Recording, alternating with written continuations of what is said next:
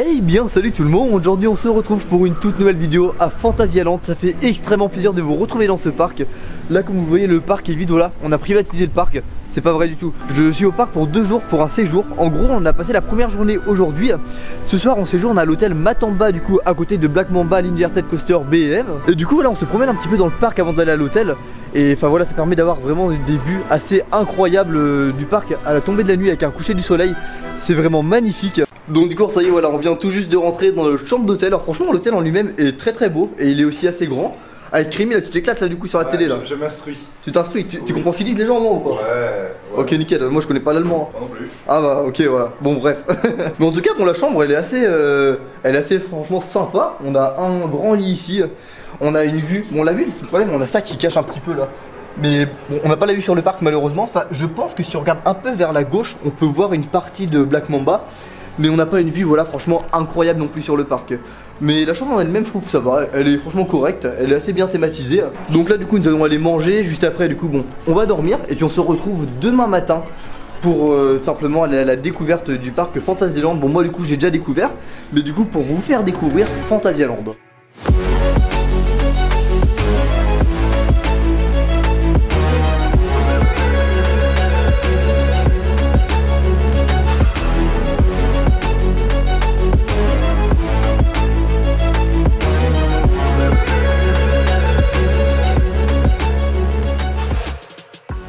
Donc du coup ça y est voilà, nous voilà rentrés dans le parc pour débuter cette deuxième journée. Du coup pour vous voilà la première journée de vlog. Donc voilà ça fait super plaisir déjà. On a une super vue, on a dormi dans l'hôtel qui est juste derrière du coup voilà l'hôtel Matamba. Et c'est trop bien si vous voulez, on passe sur un pont pour aller à l'hôtel. Et du coup ce pont il est vraiment dans le looping du coup de Black Mamba. Donc franchement c'est trop bien qu'il soit intégré comme ça. Et donc du coup là on s'apprête à faire Black Mamba. Alors Black Mamba qui est un super coaster comme vous le voyez. Si vous voulez il serpente vraiment à travers les rochers. Enfin on frôle le sol à pas mal d'endroits. Donc ça donne vraiment une impression de vitesse. Alors après j'en ai pas parlé, bon là je parle un peu plus fort parce qu'il y a une cascade juste derrière. Mais regardez, enfin vraiment cet environnement, c'est vraiment trop beau. On est vraiment dépaysé et on se demande comment ils font pour réussir à faire passer la file d'attente et le coaster au même endroit. Franchement c'est assez fou.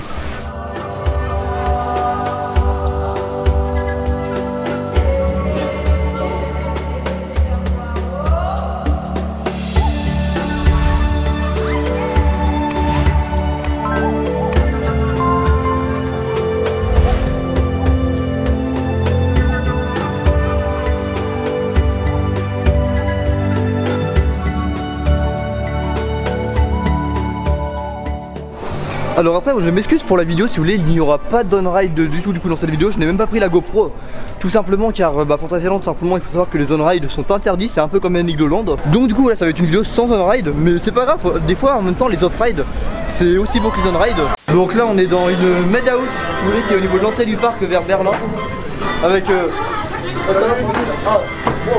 il a regretté. Perturbant si vous voulez. On a toutes les pièces qui sont inversées. On a le plafond qui est là. Et on a du coup sur le mur, c'est censé être le sol, il y a tout qui est inversé. Là on a quoi? C'est une salle de bain. J'essaie de comprendre l'ordre comment c'est. Bon là d'accord, là elle est dans le bon sens là.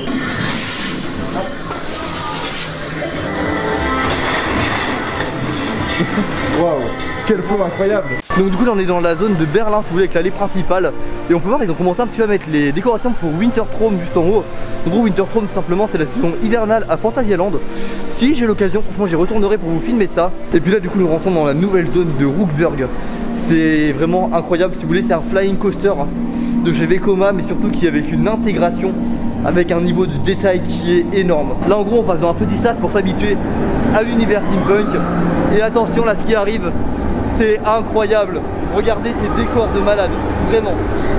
C'est impressionnant le niveau de détail qu'il y a dans cette zone. En fait on a tellement de détails vraiment, on ne sait pas où donner de la tête.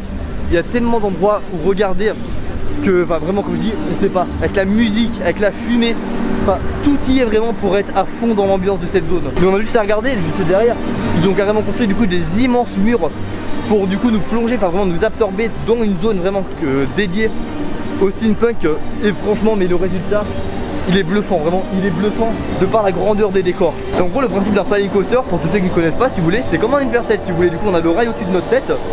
Sauf que le siège on vient se mettre, du coup on est allongé tout au long du parcours. Et écoutez je vous laisse sans plus attendre avec des vues de cette magnifique zone Rookburg.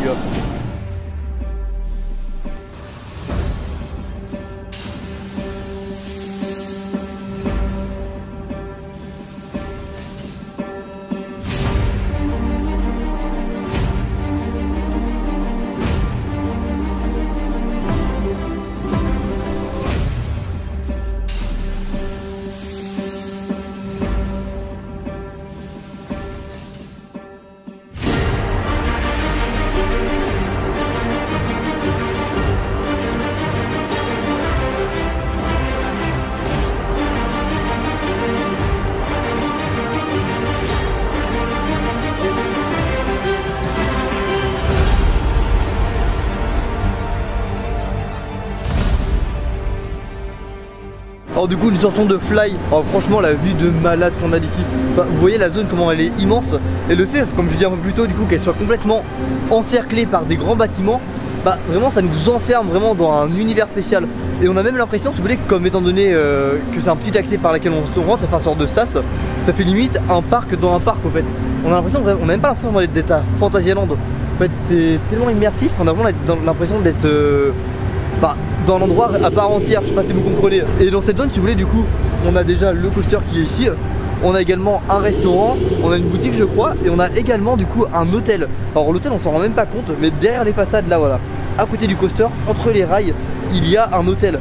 Donc ça c'est assez fou je trouve, le fait de pouvoir dormir directement dans une zone ultra thématisée comme ça. Enfin c'est, franchement ça doit être trop bien.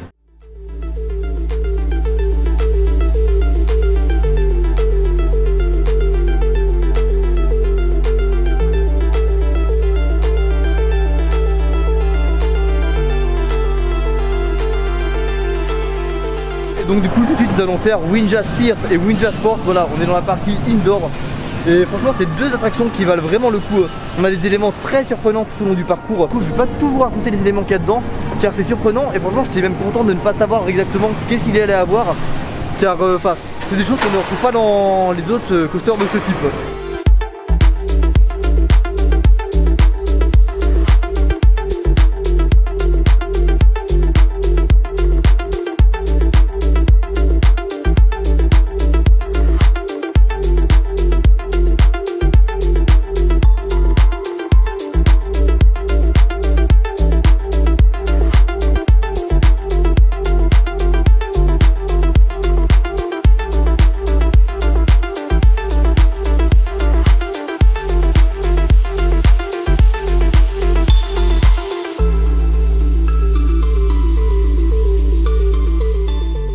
Donc là maintenant nous allons entrer dans la file d'attente de Mystery Castle. En gros Mystery Castle si vous voulez c'est une tour de chute en intérieur. C'est même plusieurs tours de chute. Et pour vous montrer, je ne sais pas quelle hauteur elle fait exactement, je crois que c'est plus de 60 mètres.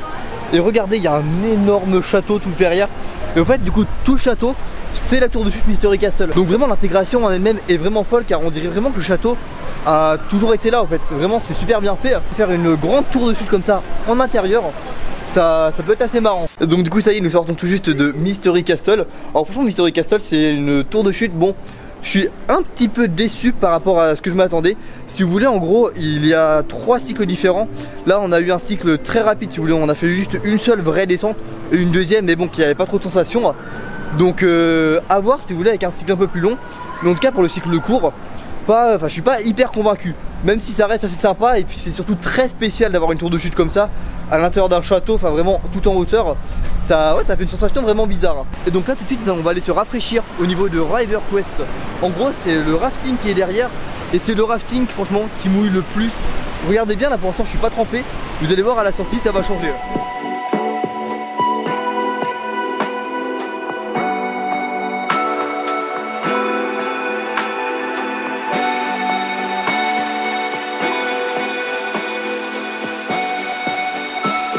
Bon, petit tips, ne faites jamais River Quest s'il ne fait pas chaud.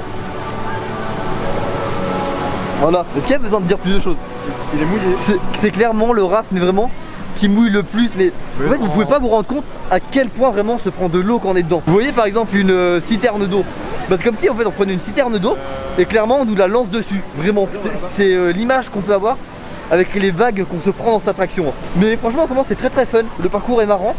On a 3 vrais drops et des drops franchement sur un rafting. Franchement c'est super et c'est vrai qu'on n'a pas l'habitude d'en voir, donc ça surprend franchement. Mais la deuxième drop vraiment, celle où ça fait un sort de tourbillon, car il faut savoir il y a un effet de tourbillon dans ce raft. Celle-là franchement elle est méchante, vraiment elle est méchante. Si jamais on tombe du mauvais côté, il y a moyen de se faire bien tremper comme actuellement. Donc du coup ça y est, on a trouvé notre petit restaurant. Si vous voulez on allait prendre au niveau de l'allée principale au bout de l'avenue de Berlin. Et en gros on s'est installé sur une petite table avec une magnifique vue, regardez franchement. J'aimerais bien manger comme ça tous les jours avec cette vue là. On a une vue sur Chiapas. Alors du coup Chiapas c'est un flume. C'est en même temps l'attraction qu'on va faire juste après.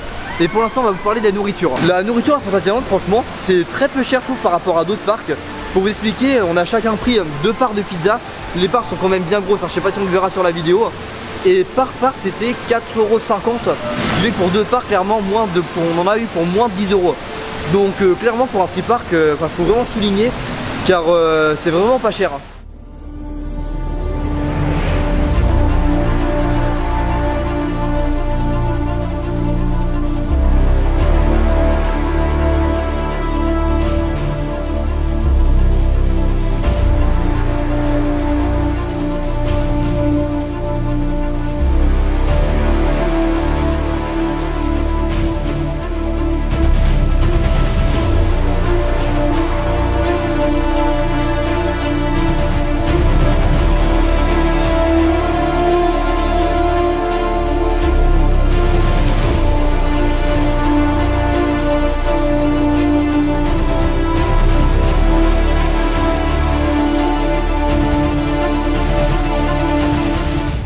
Donc du coup là, comme vous le voyez avec le décor un petit peu autour, on est de retour dans la zone de Klugheim, du coup où on a Taron, et du coup on va aller le faire tout de suite. Voilà, ce coaster exceptionnel, franchement dans un magnifique décor.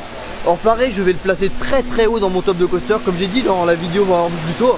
Je vais refaire mon top de coaster complètement pour cet hiver. Je ferai une vidéo voilà, dédiée à ça. Donc du coup on est parti pour un Taron avec le coucher du soleil et ça devrait vraiment être magnifique. Écoutez, c'est parti.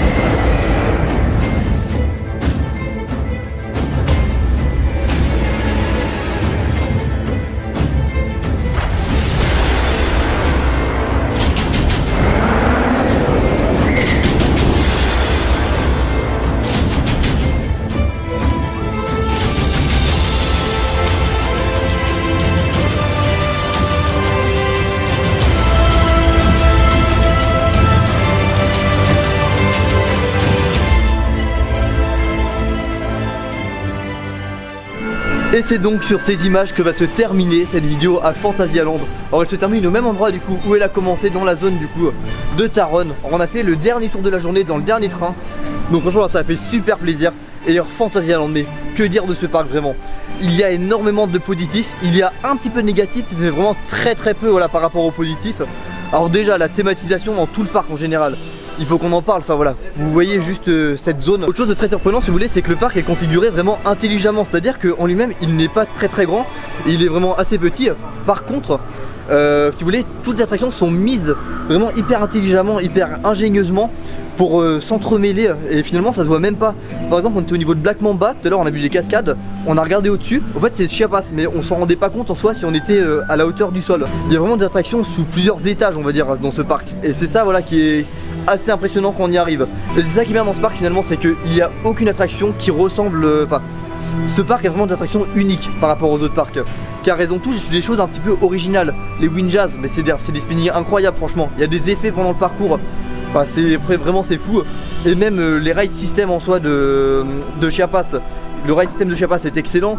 Et puis même toutes les autres attractions clairement rien à dire, sauf peut-être pour Crazy Bat. Bon Crazy Bat, bon c'est un coaster sans plus si vous voulez, en gros on était juste dans le noir. Mais bon, au moins on a le mérite de l'avoir fait. Autre point positif en soi c'est la musique. Là vous entendez en fond, il y a une ambiance musicale. Et bien tout simplement c'est du Imascore.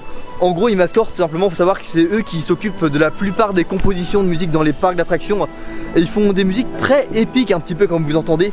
Et la musique sont très importante dans un parc vraiment pour rajouter, pour s'immerger dans une zone, dans un univers. Et après en soi pour parler un petit peu des points négatifs, alors il y en a quelques-uns. Par exemple sur les Windjazz du cours, c'est les deux spinnings si vous voulez. Il y a Fear et Force du coup c'est deux parcours. Et là en période Covid si vous voulez on ne peut pas choisir le côté qu'on veut. Je vois hier si vous voulez on a dû faire la file d'attente 3 fois pour réussir à avoir du coup le deuxième parcours. Et c'est vraiment dommage qu'ils nous laissent pas le choix voilà dans cette période. Après autre chose que j'ai remarqué, et Ludo aussi du Lutétien avait remarqué ça, donc j'ai essayé de regarder un petit peu en détail. Et c'est vrai, il y a certains câbles qui sont apparents dans certaines zones.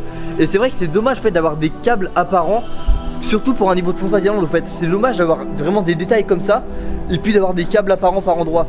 Alors c'est pas partout non plus clairement, enfin faut vraiment regarder, mais enfin je trouve ça quand même dommage d'avoir vraiment une thématisation aussi poussée et peut-être par endroit voilà des petits couacs au niveau de certains câbles visibles. Après un autre petit problème c'est qu'aujourd'hui, hier on a eu aussi quelques-unes, mais surtout aujourd'hui il y a eu beaucoup de pannes si vous voulez à répétition sur plusieurs attractions, dont Chiapas si vous voulez qui est resté fermé une grosse partie de la journée. Il a réouvert un petit peu et il a refermé juste après. Et je sais pas, il était aussi fermé en fin de journée hier. Et Mystery Castle, bon lui, c'est du coup c'est la grande tour qu'on voit derrière. Il a ouvert aujourd'hui, mais il faut savoir qu'hier il était fermé toute la journée. Enfin, il y a eu pas mal quand même de problèmes en général sur beaucoup d'attractions. Nous après ça va, on était là sur 2 jours, donc on a pris notre temps et on a réussi un petit peu à switcher. Mais après c'est peut-être aussi la faute à pas de chance voilà pour la journée d'aujourd'hui. Et du coup franchement quoi de mieux que se laisser voilà avec cette magnifique vue sur Chiapas. Voilà le flume, le magnifique flume du parc. Donc en tout cas si jamais vous découvrez la chaîne à travers cette vidéo, n'hésitez surtout pas à vous y abonner. Vous pourrez trouver beaucoup de vidéos en rapport avec les parcs d'attractions. Sinon n'oubliez pas le petit pouce bleu et le commentaire. Et puis je vous dis à la prochaine pour une nouvelle vidéo. Salut!